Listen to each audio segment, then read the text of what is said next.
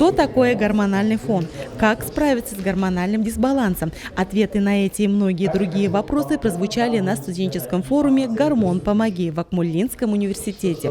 Проект мероприятия разработал студент Института исторического, правового и социально-гуманитарного образования Марат Рафиков. Его идея обучающего форума с комплексом профилактических мероприятий получила грантовую поддержку на Всероссийском конкурсе молодежных проектов Росмолодежи и региональном конкурсе молодежного образовательного форума «Смарт-Тау».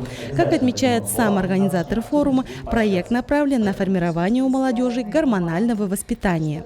Наши участники уже знают, какие бывают нарушения гормональной системы, какие есть методы обследования и какие существуют методы лечения.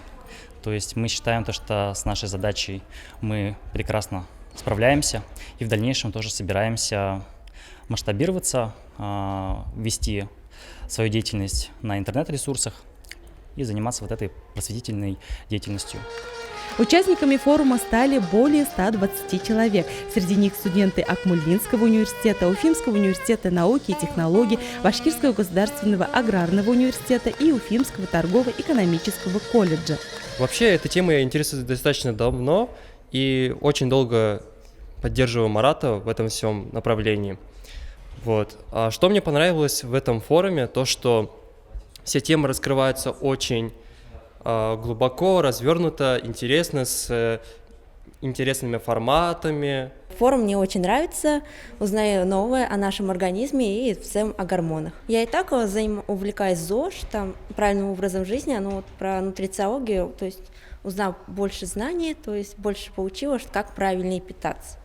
Поддержать форум здоровья пришли руководители служб и организаций в сфере здравоохранения, а также практикующие врачи.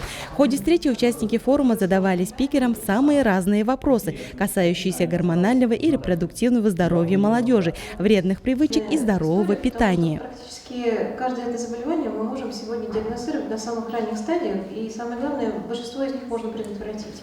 В Белом зале Акмолинского университета участники форума смогли пройти обследование организма. Уфимские врачи и волонтеры Башкирского медуниверситета всем желающим измеряли давление, делали электрокардиографию и спирографию. Прошедшие чекап организма получали справочный бланк для дальнейшего обследования. Не всегда получается узнать ответы на волнующие вопросы по поводу своего здоровья.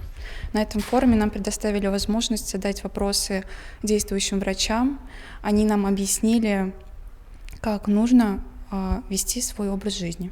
Я на самом деле увлекаюсь нутрициологией, правильным питанием, спортом. Все это составляет мою жизнь, и мне было очень сильно приятно находиться в этой атмосфере, находиться с людьми, заинтересованными тоже в этой теме, и быть частью этого форума.